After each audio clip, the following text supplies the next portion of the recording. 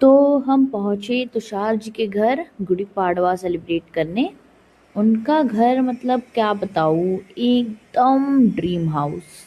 अगर ये एरिया मुंबई में होता ना तो इजीली 5-7 बिल्डिंग्स बन जाते हैं यहाँ पे। बट ऑनेस्टली मुझे लगता है ये ज़मीन पर हेवन है। यहाँ जो बच्चे हैं वॉल्स के बीच नहीं, नेचर के बीच बढ़ते हैं। और वेंटिलेशन सबसे नेचुरल एसी, हवा, पेड़ और मिट्टी की खुशबू। और जो यहाँ पे ज़मीन है, फ्लोर और जो वॉल्स है वो कावडंग से कोटेड है। पहले मुझे ये मतलब अजीब लगता था जब मैं छोटी थी, लेकिन अब तो मतलब जितना मैं रही हूँ ना ऐसी जगहों पे, तो मुझे इन चीज़ों से प्यार होने लगा है। और कावडंग जो होता है ना वो एक नेचुरल डिसइंफेक्टेंट होता है और टेम्परेचर भी कंट्रोल करता है। समर में फ्लोर ठंडा और विंटर में एकदम गर्म रहता है। मतलब नेचर का ना खुद का इंसुलेशन सिस्टम है ये। तो वहाँ राही ने पिचकारी निकाली जैसी सारन्य आई, और पानी से भर दी और सारन्य पे छोड़ दी। और फिर क्या, दोनों ही शुरू हो गए होली मोड में। फिर सारन्य छोटी है पर उसकी एक्सप्रेशंस बहुत मस्त है, फुल बॉलीवुड। मैं बस वहाँ खड़ी देख रही थी कैसे बचपन कितना सिंपल और खुश होता है। ना कोई गैजेट, ना कोई रील, सिर्फ मस्ती और मिट्टी। फिर हम गए काऊ शेड के पास।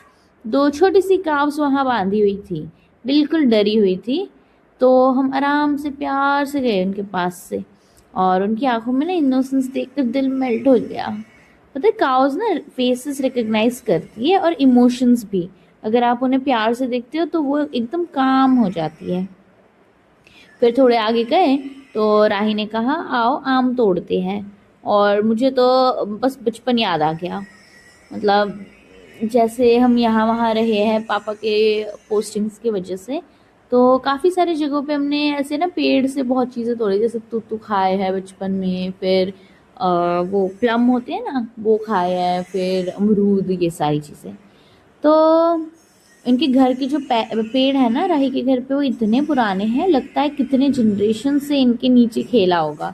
राही ने एक लंबी सी स्टिक ली और उसके एंड पे ना एक एंगल लगा हुआ था जिससे मैंगोस गिरा सकते हैं। फिर मैंने भी ट्राई किया। पहले आम नहीं गिरा पर फिर बहुत सारे गिरे। और हमने बहुत सारे कच्चे आम इकट्ठा किए, कुछ तो हमने मस्त बाद में चाट मसाला लगा के खाए, और कुछ ऐसे ही क्या, सामने तो तोड़ते वक्त ही खा रही थी एकदम चटपटा। आहा। फिर आपको पता है रॉ मैंगो होता है ना वो उसमें जितना विटामिन सी होता है ना वो राइप मैंगो से कई ज़्यादा होता है, और जो समर हीट होती है ना उसमें उसी की ज़रूरत होती है।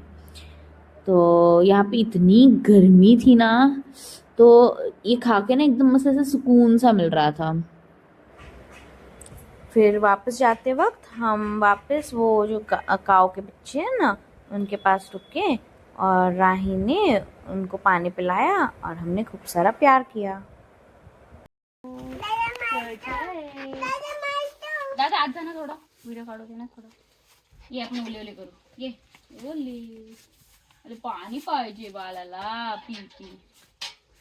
ओले बापले पाणी पितोय, तहान लागली गो बीचूला तहान लागली है ना। जा तिके जाऊन उभी रहा जा, तू पण पी पाणी। डाल के फिर राही और सारन्या ने दुकान से लिया वो 1 रुपए वाला पेप्सी आता है ना, वो लिया। आपको याद ही होगा वो प्लास्टिक ट्यूब वाली पेप्सी, एकदम ठंडा मीठा और चाइल्डहुड का एक नॉस्टैल्जिया हर बच्चे का। मैं सोच रही थी बचपन के फ्लेवर्स ना कभी पुराने नहीं होते, लेकिन मैं इस चीज़ से रिलेट नहीं करती क्योंकि मुझे कभी ये नहीं दिया गया था बचपन में, क्योंकि इसका ना गंदा पानी होता है। बट इसके बदले में ना मेरी मम्मी घर पे हमारे लिए आइसक्रीम बनाती थी, फिर केक्स बनाती थी, वो सब। फिर आगे हम आए राही के घर पे, और आप देखो कितना बड़ा घर है और कितना सुंदर है। और देखो उनकी दादी ने, राही की दादी ने हमें इतना अच्छा खाना परोसा। उसने एकदम गुड़ी पाड़वा की थालियाँ, उसमें 7-8 आइटम्स होंगे शायद। एकदम कोकणस्थ ब्राह्मण के जो होती है ना थाली, वही है ये। और ये लोग कोकणस्थ ब्राह्मण है और मैं खुद एक देशस्थ ब्राह्मण हूँ। और जो अनूप है वो क्षत्रिय है। कभी कभी लोग पूछते हैं डिफरेंट कास्ट कैसे मैनेज करते हो, तो मैं कहती हूँ कि अरे love doesn't see caste, it creates its own culture.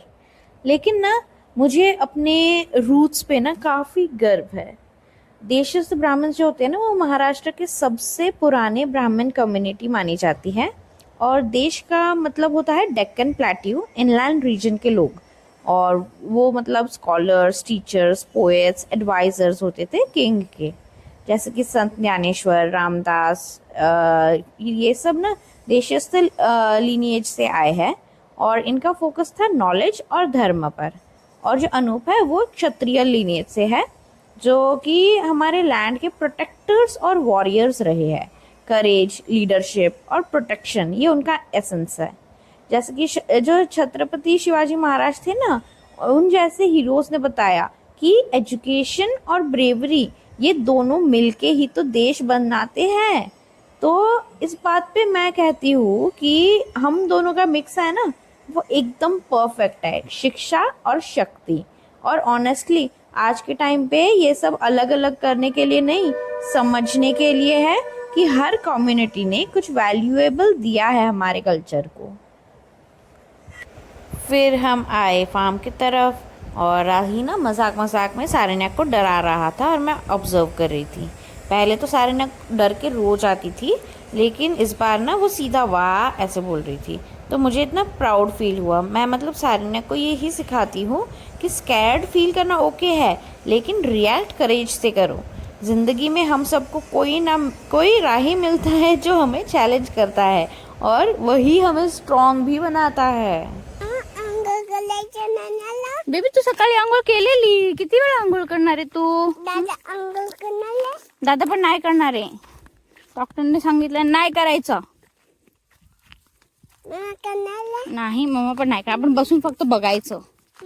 तो सारन्या को स्विमिंग करनी थी, पर उसके हाथ में एलर्जी हुई है ना, इसलिए मैं उसको यहाँ पे मना कर रही थी।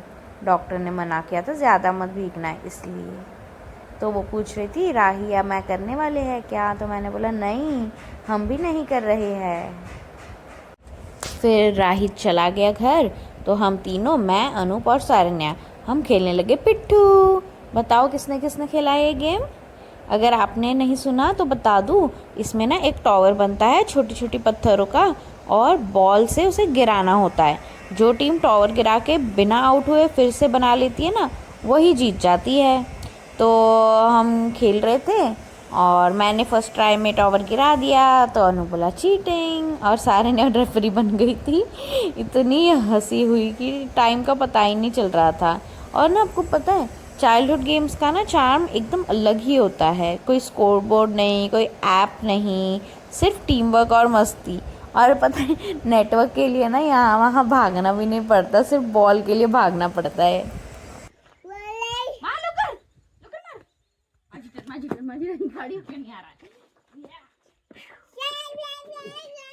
मेरी टर्न रुक गया।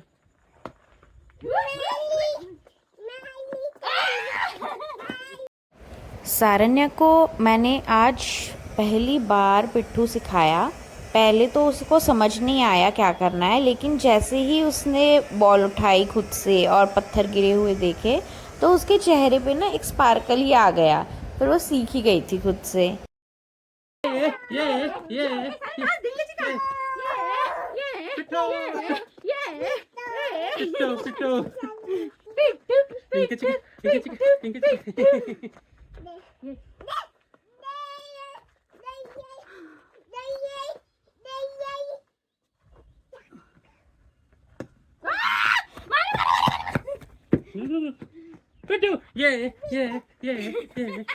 पूरा दिन नो इंटरनेट, कोई कॉल नहीं, कोई व्हाट्सएप नहीं, कुछ भी नहीं।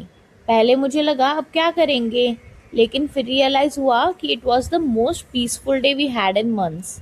हमने बातें की, गेम्स खेले, नेचर देखा। लगता है भगवान ने हमारा वाईफाई इंटेंशनली ऑफ कर दिया, ताकि हम लाइफ का जो रियल कनेक्शन है ना, वो फील कर सके। बस यही था आज का दिन, और अगला ब्लॉग और भी इंटरेस्टिंग होने वाला है, क्योंकि कोई दूर से आने वाला है हमारा वाईफाई ठीक करने। पर क्या सिर्फ ये मशीन रिपेयर होगी या कुछ और भी चेंज होगा हमारे लाइफ में, ये पता चलेगा नेक्स्ट व्लॉग में। Bye bye.